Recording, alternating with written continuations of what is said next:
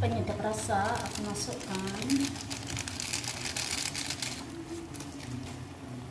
garam,